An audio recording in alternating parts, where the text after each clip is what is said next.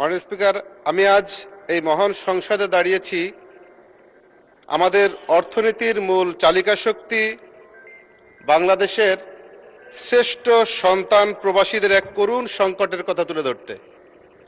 মাননীয় স্পিকার, আমরা গর্ব করি প্রবাসীদের রেমিটেন্স যোদ্ধা বলে থাকি।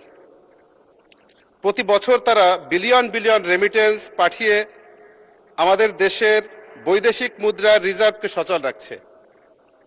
কিন্তু অত্যন্ত পরিতাপের বিষয় হলো বর্তমানে লক্ষ লক্ষ প্রবাসী এক ভয়াবহ পাসপোর্ট সংকটে ভুগছে।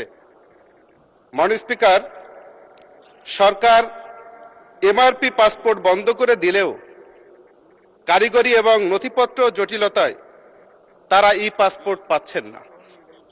সমস্যাটি অত্যন্ত তুচ্ছ এবং ছোট মনে হলেও এর প্রভাব অত্যন্ত ভয়াবহ।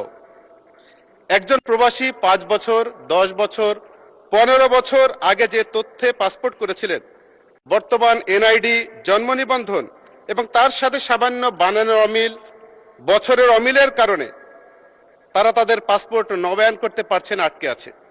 যে কারণে এই সামান্য করণিক ভুলের মাসুল দিতে গিয়ে প্রবাসীরা বিদেশের মাটিতে আজ পরিচয়হীন রোহিঙ্গাদের মতো অনেক সময় বসবাস করতে হচ্ছে। তাদের কাজের পারমিট নবায়ন হচ্ছে না, তারা কাজ হারাচ্ছেন।